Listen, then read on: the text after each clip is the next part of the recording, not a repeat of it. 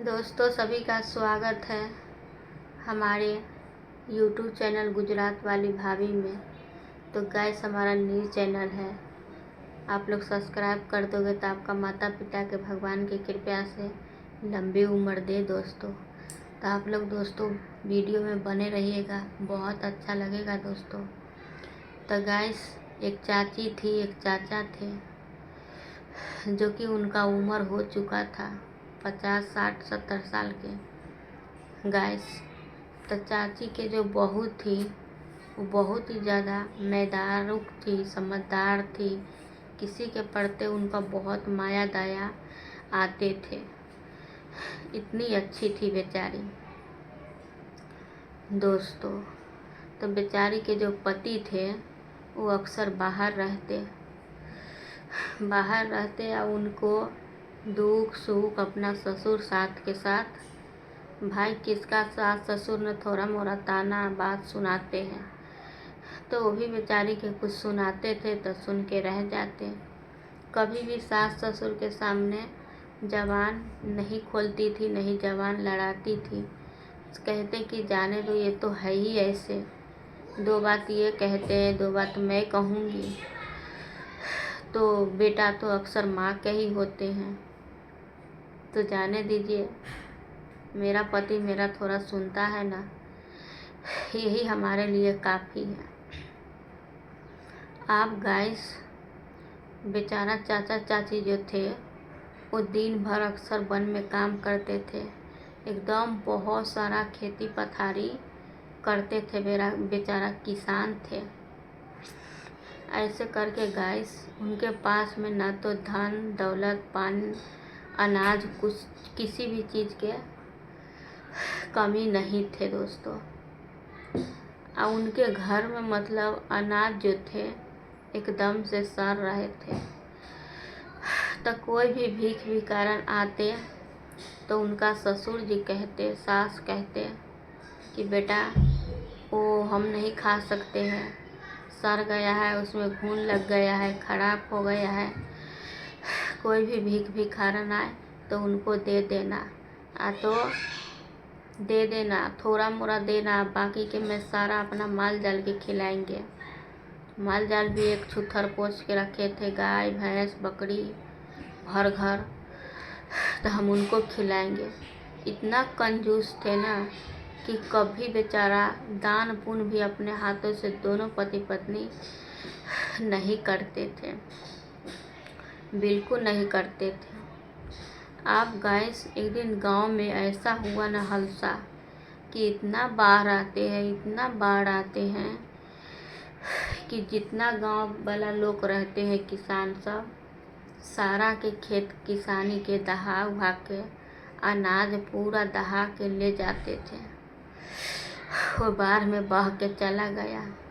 अब सब गांव के लोग आते हैं कि आपके घर में तो खाने वाला कम है, अनाज दाना पानी कोई कमी नहीं है, कष्ट करेंगे हम लोगों का 2 दिन 4 दिन का सीधा पानी देने का तो बहुत अच्छा लगेगा, हम लोग आप लोगों को आशीर्वाद देंगे। लेकिन उनका सासू माँ जो थे या ससुर बोला कतई नहीं, अभी गांव में बाढ़ आया है, पता नहीं 1 साल के हमारा फसल खराब हो चुका है, तो हम जो रखें अपना पूरा 2 से 3 से 4 साल तक खाएंगे, हम अपना अनाज किसी को नहीं देंगे। ऐसे करके उनका जब सासू माँ घर नहीं रहते, बोल भूख के चले जाते हैं, तो बहू रानी सबके दे देते 1 किलो आधा किलो, ऐसे करके सबके दे देते कि सब आदमी बनाइए खाइए पकाइए।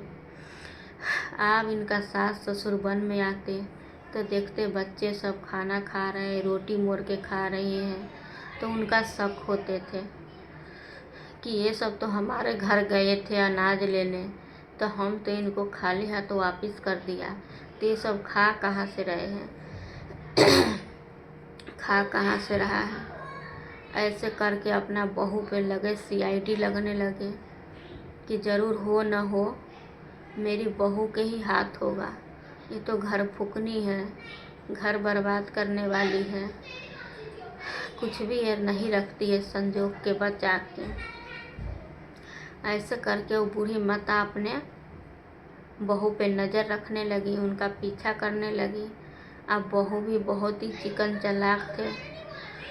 धीरे धीरे उनको भी पता चलने लगा कि मेरा भी सासू माँ जो है मुझे ज़रूर पीछा कर रही है, क्योंकि गांव के लोग जो है अभी खा के बहुत अच्छा खुश है, मस्त है।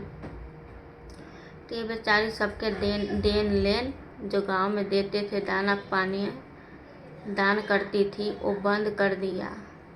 बंद करने के बाद जैसे सास ससुर निकलते, आइए क्या करती, एकदम बोरा में जितना इसको सर पे उठता उतना जाके मंदिर में दे देते कि आप इस मंदिर में खिचड़ी बनाइए, भोजन बनाइए, जो मर्जी वो बनाइए, सारे गरीबों में दान कीजिए, पुण्य कीजिए। सारे गरीबों के खिला खिला के आत्मा के एकदम तीर्थ करते थे। सबकी आत्मा से उनके लिए एकदम धन्यवाद आशीर्वादें निकलते थे कि जिया बेटी सदा सुहागिन रहो, तुम्हारे घर में धन दौलत वैभव के कभी भी कमी ना हो, सब आशीर्वाद देते थे। तो गरीब के दोस्तों अगर मुंह से दुआ निकलते हैं ना तो भगवान बहुत जल्दी सुनते हैं। तो बेचारी बहुत दान पुण्य करते। अब उसी बीच दोस्तों एक दिन बेचारी मंदिर से आते हैं, सासू माँ के बोले कि देखिए सासू माँ, मैं आपके लिए कुछ प्रसाद लेके आई हूँ, आप खाइए। ऐसे करके दिया प्रसाद, तो प्रसाद में उनका देखे कि कुछ अनाज पानी सटा। बोला बहू रानी, मंदिर में तो बहुत दिन से नहीं बन रहा है खाना पानी गरीबों के देने के लिए, हो न हो तुम सच बता, तुम मेरी घर बिल्टा के रहेगी, हम लोग का रोड पे ही ला के मानेगी, हमारा बेटा के तुम बिल्टा देगी। हमारा बेटा इतना दिन रात मेहनत करता है, तुम जो हो जो घर फुकनी हो, एक भी रुपया पैसा के, एक भी अनाज के तुम सही सलामत नहीं रखती हो। अब बहू के क्या करते हैं कि हमारे घर से तुम अभी के अभी निकल जा, अब हम तुम्हें एक पल क्या एक सेकेंड भी बर्दाश्त नहीं करेंगे।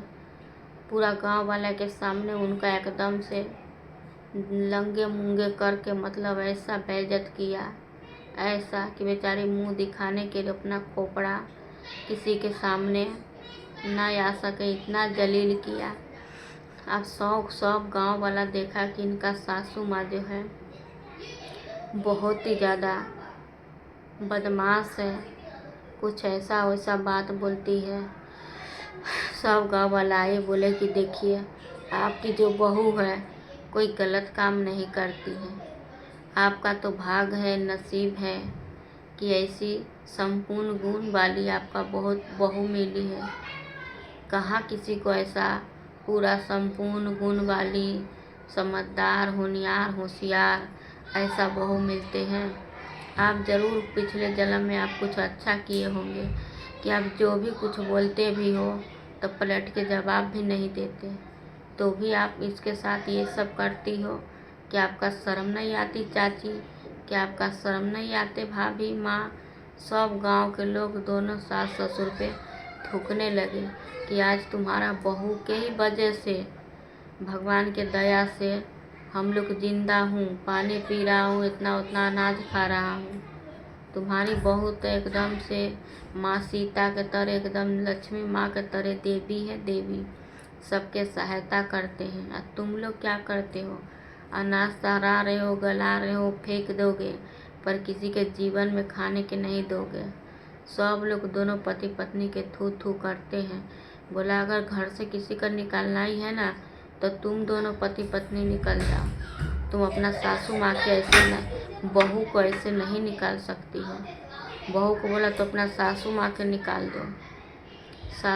बहू बोली कि नहीं, ये तो हमारा माता जैसी है, माँ है, मेरा पिता है, इनके साथ में ऐसा वैसा कुछ नहीं करेंगे, जाने दीजिए, हम माफ़ कर देंगे, आप लोग भी माफ़ कर दीजिए।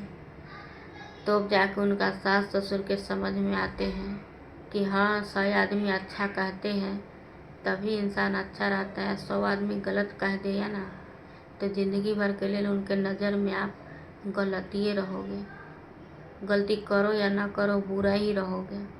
और 100 आदमी मिल के अच्छा कहता है तो अच्छा होता है दोस्तों। तो दोस्तों आशा करेंगे कि आप लोग हमारे साथ बने थे, जुड़े थे। थैंक यू सो मच दिल से। आप जो भी काम करोगे दोस्तों, उसमें ज़रूर आपका भगवान की कृपा से सफलता मिले।